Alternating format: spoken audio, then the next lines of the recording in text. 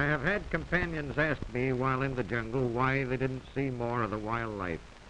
It's there, but at war, the war of appetites, there is every kind of trick to hide from enemies. Many of the smaller combatants are dressed up in a way to fool the other fellow. The most remarkable creature in the tropics along these lines is the walking leaf of Ceylon. It's a near living leaf in every sense of the word. Vivid green, veined like a leaf, even the limbs like small leaves with wrinkled edges. And it rocks and sways like a leaf in the breeze.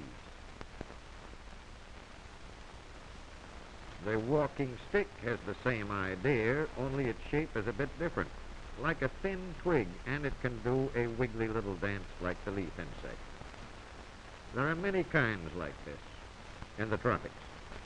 Curiously enough, the mimicry of a stick has been imitated by another insect that lives beneath the surface of stagnant lakes and is called the water stick. Insects breathe through discs in the side of the body. This fellow doesn't take chances in sticking the body out of the water. It has an air tube and just pokes the end of this above the surface, like a periscope. But one of the stars of these stick imitators is the mantis, known as the praying mantis, owing to the way he bunches in a crouch. With stick-like legs at various angles, the mantis is anything but easy to see if in a brushy place, and he uses the deception to evil purpose.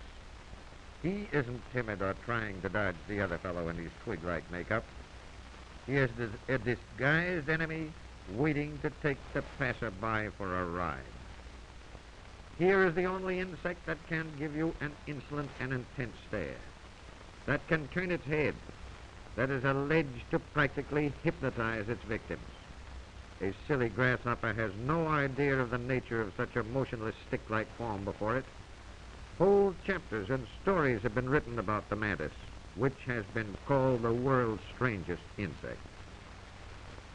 Unlike other insects, it may be fed by human hand without it showing the least fear, and it seizes its prey with the ferocity of a panther. Here is a grasshopper that intends to dodge trouble.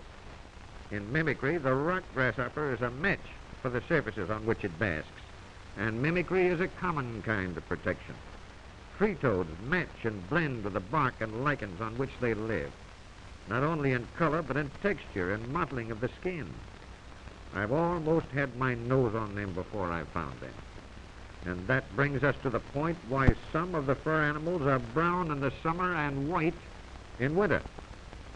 The hair turns white with the first cold weather and sticks close to the early patches of snow. Among the great sand drifts of the desert, you'll find all sorts of little spiky plants. And if you are hunting for horned toads, which are really desert lizards, you look among little patches of cactus plants where the toads are hiding.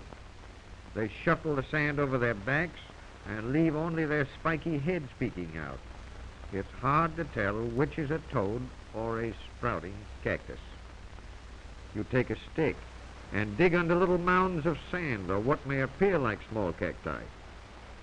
I've dug one out, but failed to see another a few inches away until it happened to move its head in keeping an eye on me.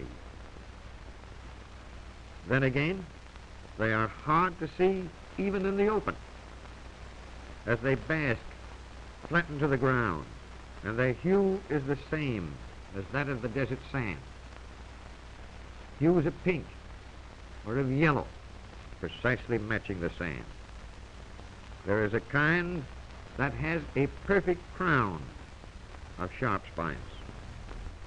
Thus the game of make-believe is carried on in the jungle, the deserts, and in the sea, where the masquerade is even more remarkable. But let us get right down to the reason for all this. Imagine a small crab very much out of luck, attacked by a 20-pound filefish.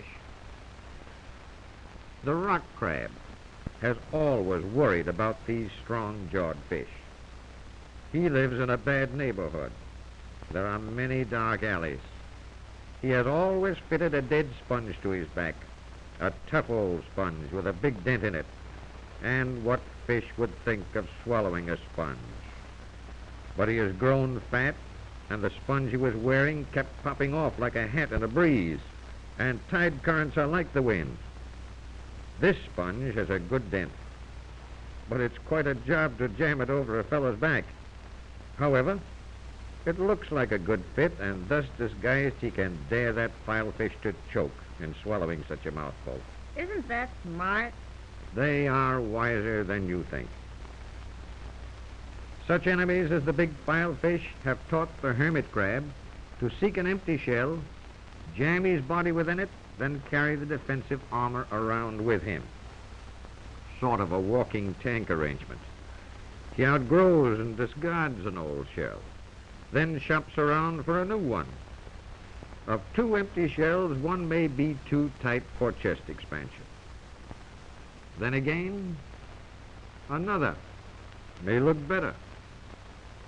I think I'll take this one, ruminates the crab, feeling that once he is outfitted with such tough covering, he can play around anywhere and duck into the shell if he sees any trouble coming his way. Under the surface of the very seas where we sailed our camouflage ships lives the original camouflage artist, the cuttlefish.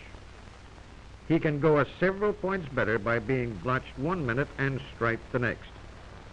You may remember how we striped our warships like zebras or broke their outlines by big splotches of color. That is camouflage, the breaking or confusing of marginal lines so an object is difficult to determine. The cuttlefish, in changing its pattern, is astonishing. The changes take place right in front of your eyes, blotches or stripes, coming or going. You say the zebra effect seems to be one of his favorite designs. It's one of the best to break outlines, but they are liable to swing into a pebble pattern to match the coarse sand of the bottom, a combination of camouflage and mimicry. But there are keen eyes in the sea. An enemy may know the tricks in advance. Then comes the star play, the smoke screen. Jets of sepia from special glands. He clouds the path of advance with the inky fluid. With the screen laid down, the murk spreads, and into this he darts and zigzags in escape. And humans only started to utilize these ancient means a few years past.